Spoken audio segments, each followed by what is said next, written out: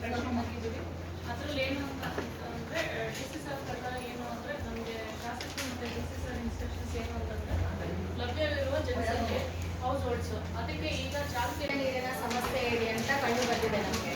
ಕೆಲವೊಂದು ಸಿಟಿಗಳಲ್ಲಾಗಲಿ ಮತ್ತು ಏನಾಗಲಿ ಕೊಳವೆ ಬಾವಿಗಳು ಮತ್ತು ಏನಿದೆ ಡ್ರಿಂಕಿಂಗ್ ವಾಟರ್ ಕ್ರೈಸಿಸ್ ಸ್ವಲ್ಪ ಜಾಸ್ತಿ ಇದೆ ಅಂತ ನಮ್ಮ ತಾಲೂಕಲ್ಲಿ ಮೊದಲೇ PDMA ಮೀಟಿಂಗಲ್ಲೂ DC ಸರ್ ತುಂಬ ಚರ್ಚೆ ಮಾಡಿ ಇದ್ರ ಬಗ್ಗೆ ಏನಿದೆ ಸ್ಟ್ರಿಕ್ಟ್ ಆ್ಯಕ್ಷನ್ ತಗೋಬೇಕು ಅಂತ ನಮಗೆ ಅವ್ರಿಗೆ ಏನಿದೆ ಡೈರೆಕ್ಷನ್ಸ್ ಕೊಟ್ಟಿದ್ದಾರೆ.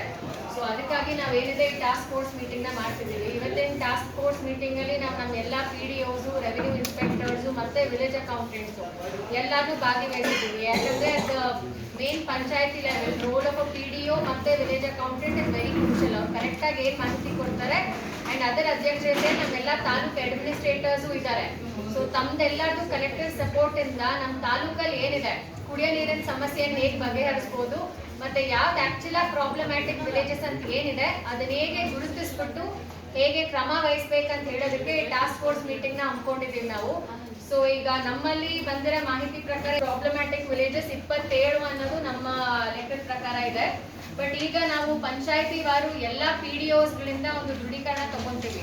28 ಪಂಚಾಯತಿಗಳಲ್ಲೂ ಯಾವ್ಯಾವ್ದಿದೆ ಅಂತ ಹೇಳ್ಬಿಟ್ಟು PDOಗಳು ಮಾಹಿತಿ ಕೊಡಬೇಕಾಗುತ್ತೆ. ನಮಗೆ ಕುಡಿಯೋ ನೀರಿನ ಸಮಸ್ಯೆ ಇದೆಯಾ, ಕೊಳವೆ ಬಾವಿ ಏನಿದೆ ಹೊಸದಾಗಿ ಕೊರಿಬೇಕಾ, ಇಲ್ಲ ಇರೋದ್ರಲ್ಲೇನೆ ಪಂಪು ಮೋಟರ್ ರಿಪೇರಿ ವರ್ಕ್ಸಿಂದ ಎಲ್ಲಾದರೂ ಏನಾದರೂ ಕೊಡ್ಬೋದು. ಇಲ್ಲ ಅಂತಂದರೆ ನಮಗೆ ಕೇಳ್ತಾರೆ district level KDP meeting tahsildar ನಿಲ್ಸ್ಬಿಟ್ಟು ಕೇಳ್ಬಿಟ್ಟು ಟಾಸ್ಕ್ ಫೋರ್ಸ್ ಅಂತ ಕೊಡೋ ವ್ಯಾಲ್ಯೂಗೆ ಮತ್ತೆ ಇದನ್ನು ಟ್ಯಾಲಿ ಇಲ್ಲ ಅಂತ ಅವ್ರು ಹೇಳಿದಾಗ ನಾವೇನ್ ಕೊಡ್ತೀವಿ ಮಾಹಿತಿಗಳು ಮತ್ತೆ PDO ಮತ್ತೆ ಯಾರು ತಾಲೂಕು ಅಡ್ಮಿನಿಸ್ಟ್ರೇಟರ್ಸ್ ಇದ್ದಾರೆ ತಾವು ಇಲ್ಲ ಅಂತ ಇವಾಗ ಕೊಟ್ಬಿಟ್ಟು ರಿಪೋರ್ಟ್ ನಾವು ಕಳಿಸಿ ನಾಳೆ ಜನ ಏನಾದ್ರು ಬಂದ್ಬಿಟ್ಟು ನೀರಿನ ಸಮಸ್ಯೆ ಇದೆ ಅಲ್ಲಿದೆ ಇಲ್ಲಿದೆ ಅಂದ್ರೆ ತಾವೇ ಉತ್ತರ ಕೊಡ್ಬೇಕು. ಶರ ಕಾಲಮಲ್ಲಿ ಫಿಲ್ ಮಾಡಿ ನಾನು ಎಲ್ಲ ನಮ್ಮ PDOs ಆಲ್ಮೋಸ್ಟ್ ತುಂಬಿದ್ದಾರೆ 90%.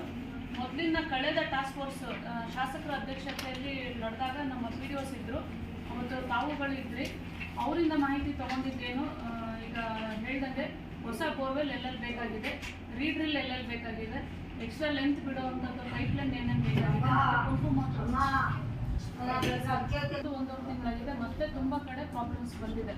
ಪ್ರಾಬ್ಲಮ್ಸ್ ಬಂದು ಕೆಲವೊಂದು ಲಾಸ್ಟ್ ಟಾಸ್ಕ್ ಫೋರ್ಸಲ್ಲಿ ನಾವು ಏನು ತೆಗ್ದಿದ್ವಿ ಕೊಳವೆ ಬಾವಿಗಳಲ್ಲಿ ಮತ್ತು JJM ತೆಗ್ದಿದ್ವಿ. ಆ ಕೊಳವೆ ಬಾವಿಗಳು ಇಲ್ಲ. ಒಂದು ನನಗೆ ಬಂದಿರೋ ಪ್ರಕಾರ ವೈಹುಣಸೆನಹಳ್ಳಿ ಮತ್ತು ಆನೂರು ಇತ್ಲಳ್ಳಿ